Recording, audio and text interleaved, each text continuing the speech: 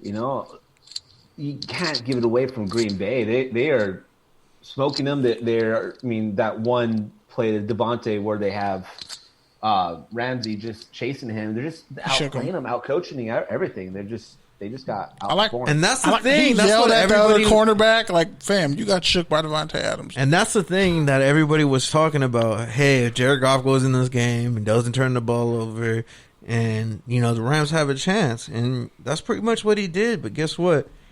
In this day and age, great offense beats great defense. And that's just what it was. I think great execution and a decent offense can win you any game. Okay. Yeah, You don't have to have a great. If you have a great offense, it's almost a weakness. No, it's not. No, it's not. No, it's not.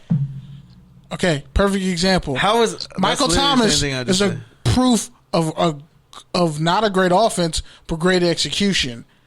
But great the Packers execution are a great offense. But great execution leads to a great offense. Not always. I mean, look, Okay, what's a great offense? The 2000 Baltimore Ravens had Trent Dilfer with his trash ass. They had great execution because they didn't lose games, but they were a terrible offense historically. Yeah, but they were a fantastic defense. That's what I'm saying. That proves my point. Great offense. I don't know what your point is. That literally was. I just said it. Like the Ravens' offense were terrible. Trent Dilfer was terrible, but they had to cater the offense. Okay, but to you a team great execution to execute. You would never say that 2000 offense was great. Great execution will beat a great defense. No, but that 2000 Baltimore team doesn't. That's not a good example because they were the great defense. Yeah. Okay. Fine. That's the point, though. That's not the point, though, because they won off that great defense. If anything, that proves counter to what you're saying. I'm saying they don't have great. If you don't have a great offense, you better have great execution, or you're done. That's not what you were saying, nor what I was saying, though. No, that's kind of the point. That's pretty much what I meant. Well, that point is null to what I'm saying. I'm saying you can have a great offense. I'm saying if you don't execute, I'm saying if you have two heavyweight fighters, a great offense, a great defense, go head to head, head up. In today's league, 9 times out of 10, that great offense is going to win. I'm saying a great defense. We saw it in the Super Bowl. We saw it last week. And we'll probably see it again. Here's my point. A great defense, the Packers don't have a great defense, but they can perform great. The Bills have a great defense. I don't think you have a point, bro. I think you're just trying to be contrarian. No, I'm saying there's nuance to what you're saying, but the difference would be that, you can have a defense that's great or you're schematically great. Like the Rams defense, are they schematically great or great because of two people?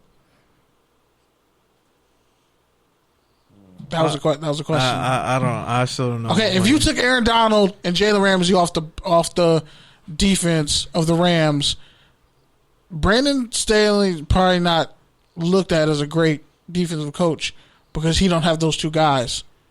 What's your point? What I'm saying is, if you look at the teams that are left, and you're saying the Rams, the Chiefs are a great offense, just indomitably, and yes, they can beat anybody. But if their defense doesn't show up, they're gonna lose.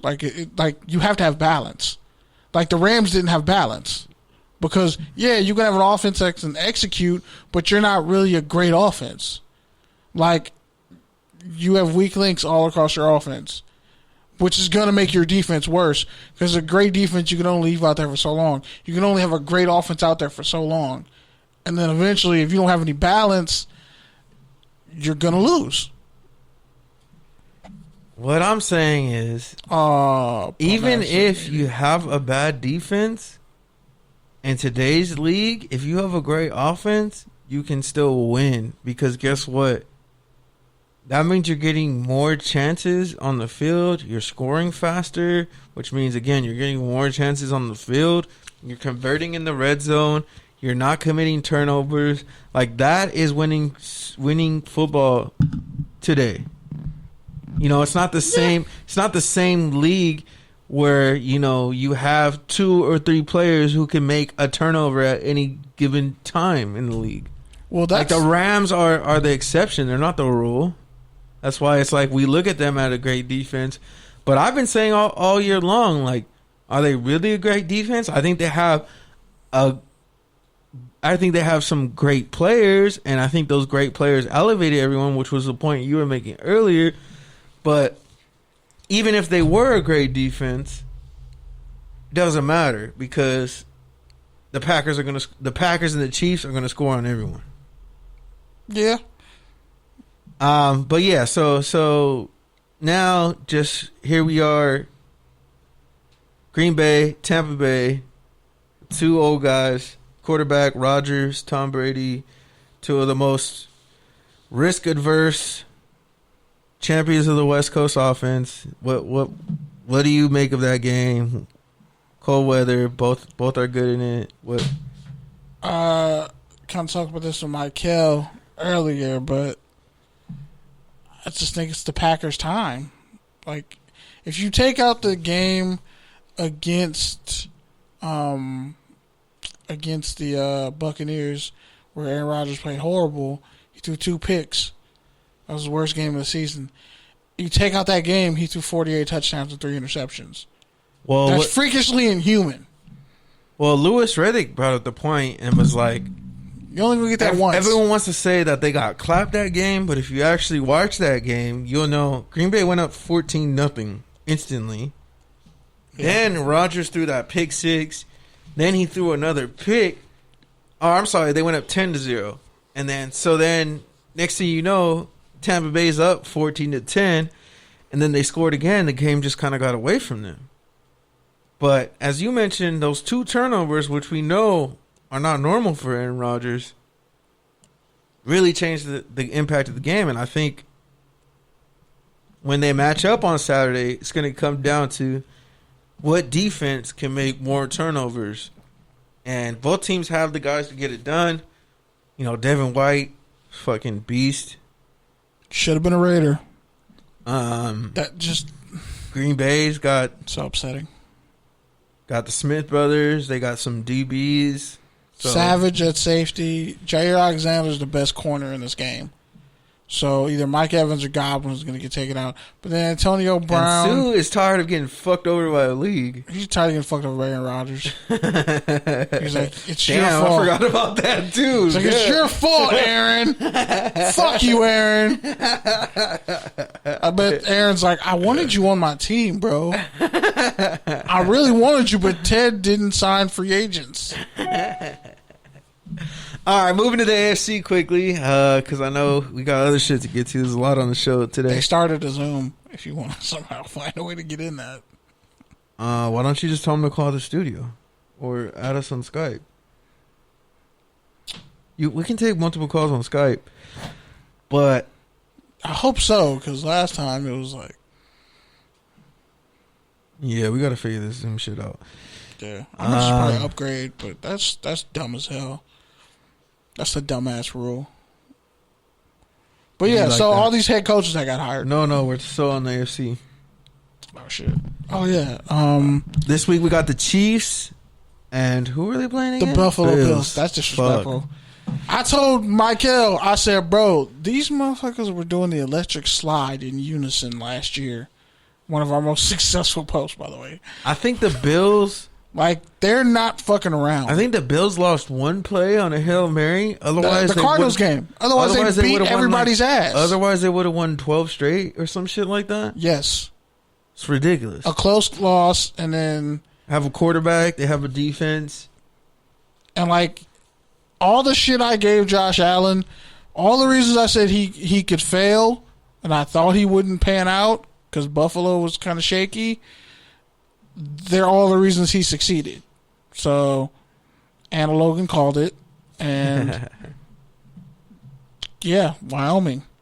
Congrats. And I guess Central California, the part that isn't racist, but that's a lot. So, but, you know, like, Diggs, if they take away Diggs, if the Chiefs take away Diggs, it's over. Like, I don't think the Chiefs respect the Bills' run game enough. to like be intimidated. This is a lot like last year's AFC Championship game. And I think that's kind of what worries me. Because even in that game, the Chiefs went down 21-0 and came back like nothing. So, to your point, do the Chiefs really take anybody seriously?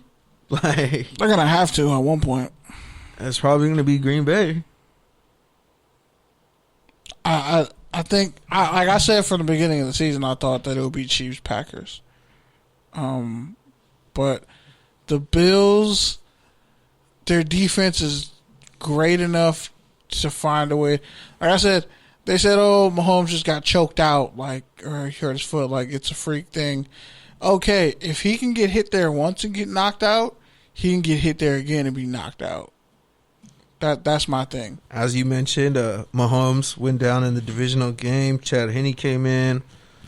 Pretty much, they said he was ready. They believed in him, but Chad Henne ain't got one more of those in him. I don't believe that. No. You're gonna get your ass knocked out. You're gonna get hit so hard. You're gonna play like you did back at Michigan when Michigan underachieved. And the Bills also benefited from Lamar Jackson getting a concussion. Yeah, and that to their credit. Pass. To their credit, the Bills Mafia donated like $360,000 to Lamar Jackson's favorite charity. It's righteous pettiness. It's gamesmanship. That's just an honorable thing to do. Yeah, that's what I was thinking. It's like, well, it's like on one hand you're acknowledging the fact that you went on some bullshit and you're helping the community. Because you only had one offensive touchdown. But on the other hand, it's also like, well, fuck you too then. Yeah. Fuck you. How dare you dare to my favorite charity? It's like they just played hit 'em up. It's like they played Who Shot Ya while fucking Tupac was in prison. That's what they did to Lamar Jackson. And yeah, as I said, they need to either get rid of they're going to have to get rid of the offensive coordinator, Greg Roman. Like, he's taking Lamar as far as he can take him. I think you need like a Hugh Jackson or Jim Caldwell in there. I think to get him to see the field and surgically dissect it with his arm and stop depending on his legs so much. That's the point that I was going to bring up. I feel it's like a crossroads for that franchise. I feel like the Ravens, kind of realized this. We've gotten as far as we can get on just Lamar Jackson. That was last year, MVP season, AFC Championship game. And so now it's time to get him better pieces around, like talent-wise. We don't need the RG3s and the Mark Ingrams who both got cut this week. Like, we don't need that symbolic leadership anymore. We don't need them to teach Lamar how to be a pro.